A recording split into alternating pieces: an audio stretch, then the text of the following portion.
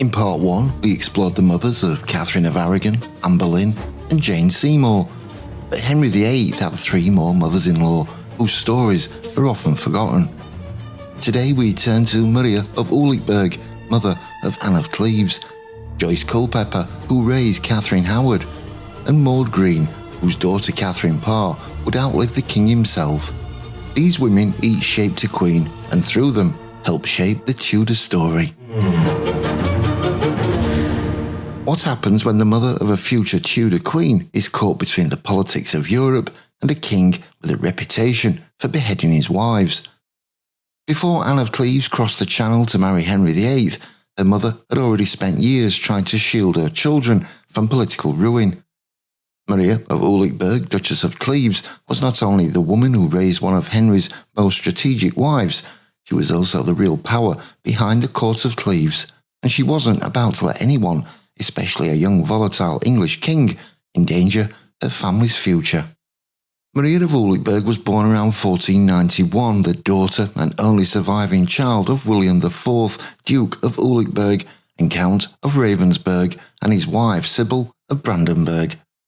Her birth united 2 important German houses with strong imperial ties, and her position as heiress made her a key figure in the politics of the Holy Roman Empire. When her father died in 1511, Maria inherited the counties of Jülich, Berg and Ravensberg in her own right, a rare and powerful position for a woman of her time. Her marriage would have to be carefully chosen, not for love, but to secure alliances and preserve her family's holdings. In 1515, Maria married John III, Duke of Cleves and Mark. This union brought together a vast expanse of land in what is now Western Germany and the Netherlands. It also made Maria, Duchess of Cleves, one of the most politically influential women in the empire. John was a capable, reform-minded ruler, and Maria proved to be a strong and intelligent partner. She bore at least 4 children: Sibylla, Anne, Amalia, and William. Maria was not a passive consort. She was an active figure in court, deeply involved in her children's education, the politics of succession. She raised them with a strong sense of identity and loyalty to their homeland. Anne in particular was taught with the traits of modesty, duty and dignity that would later help her survive as one of Henry VIII's luckiest wives. Maria and her husband, John III, governed during a time of religious upheaval. Although John leaned toward humanist reforms and the early ideas of the Protestant Reformation, he was careful not to break with the Roman Catholic Church openly. Maria remained a devout Catholic and worked hard to keep the duchy on neutral ground. This balancing act shaped Anne's worldview. Unlike Catherine of Aragon or Anne Boleyn, Anne of Cleves was raised in a court that prioritised diplomacy and compromise over fanatic qualities that would later help her navigate Henry VIII's unpredictable court. After the deaths of Catherine of Aragon and Anne Boleyn and the downfall of Jane Seymour, Henry VIII needed a new wife. His chief minister Thomas Cromwell suggested Anne of Cleves. A German match would strengthen England's position against Catholic powers such as Spain and France. She had spent her life negotiating court alliances and was well aware of the risks. Henry's reputation was no secret in Europe. He'd executed one wife and discarded another. But Cleves needed allies, and Cromwell's promises were persuasive. With her husband dead, Maria helped orchestrate the match. She reportedly oversaw Anne's wardrobe, preparing for her life at the English court, but she also ensured her daughter had practical expectations and the inner strength to protect herself if things went wrong. Well, things did go wrong. Anne and Henry met in person, and he was immediately disappointed. The marriage, which took place in 1540, was annulled just 6 months later. But thanks to Anne's calm response and refusal to protest, Henry gave her a generous settlement. She would remain in England, wealthy and respected, and never again be at risk. Maria's influence was key here. She had raised Anne to stay composed, to understand diplomacy, and most importantly, to survive. Maria died in 1543, never seeing Anne's whole life in England unfold, but her legacy was evident. Through her political savvy, she preserved her family's influence across Europe. and through her daughter Anne, she secured a rare outcome for a Tudor queen: a peaceful divorce, a lifetime pension, and a head firmly on her shoulders.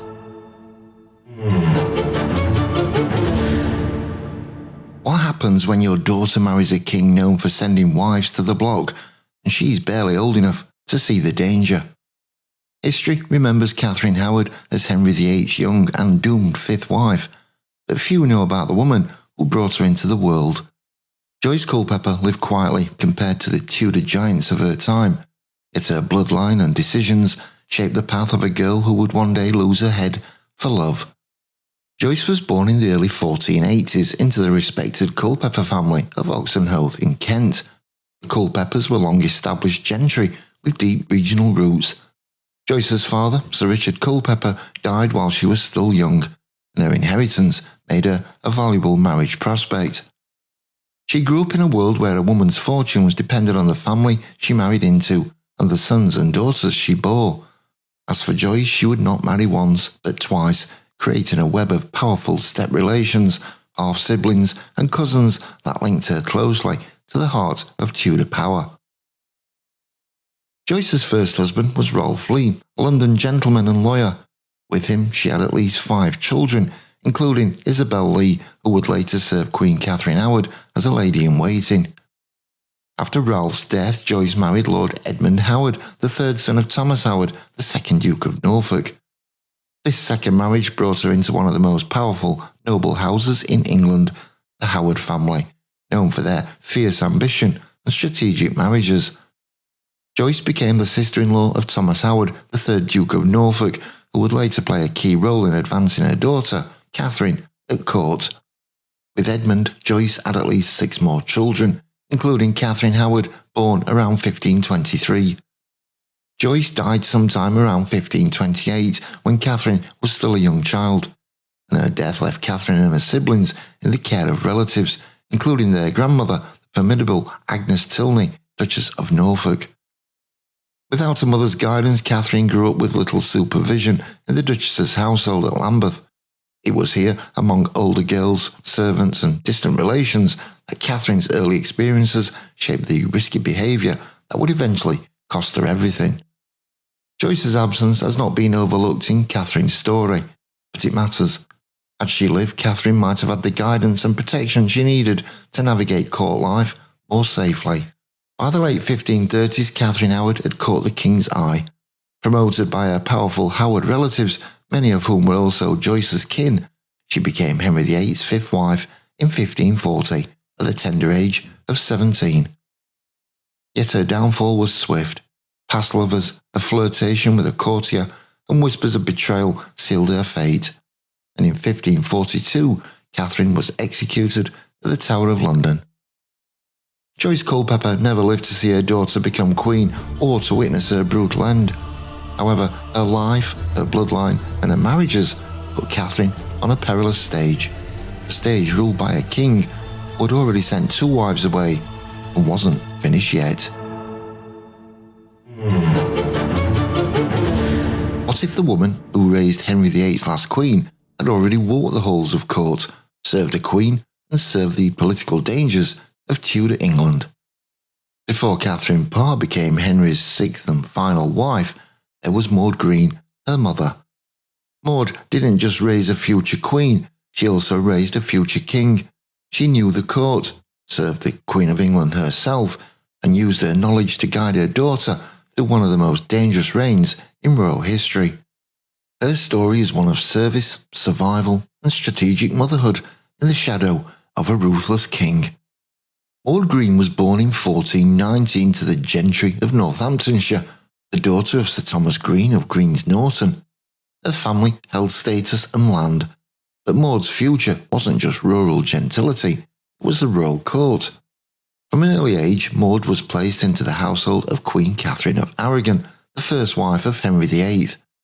She became a lady-in-waiting and confidant to the Spanish queen. The role was far more than ceremonial. Maud would have learned court politics, etiquette, and how to survive in a world dominated by ambition, betrayal, and shifting royal favour. Maud married Sir Thomas Parr, a courtier with strong ties to the crown. The couple lived at Kendal Castle in Westmoreland and also owned properties in Northamptonshire. Together they had 3 children who would each find their place in Tudor history.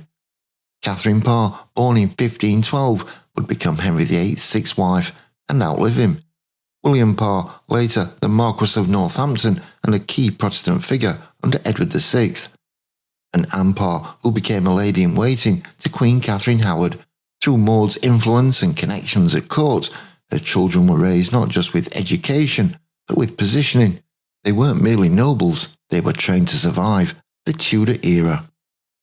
Maud's husband, Sir Thomas Parr, died in 1517, leaving her a widow at the age of 27.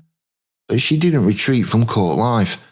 Instead, she became the central figure in her children's upbringing. Maud ensured that Catherine and her siblings were highly educated, particularly in languages, scripture, and court customs, skills that would later distinguish Catherine from Henry's other wives. Though Maud died in 1531 before Catherine ever became queen, her imprint on her daughter's destiny is clear. It was Maud's court knowledge, connections, and emphasis on education and loyalty that prepared Catherine to rise through the ranks, ultimately to the throne.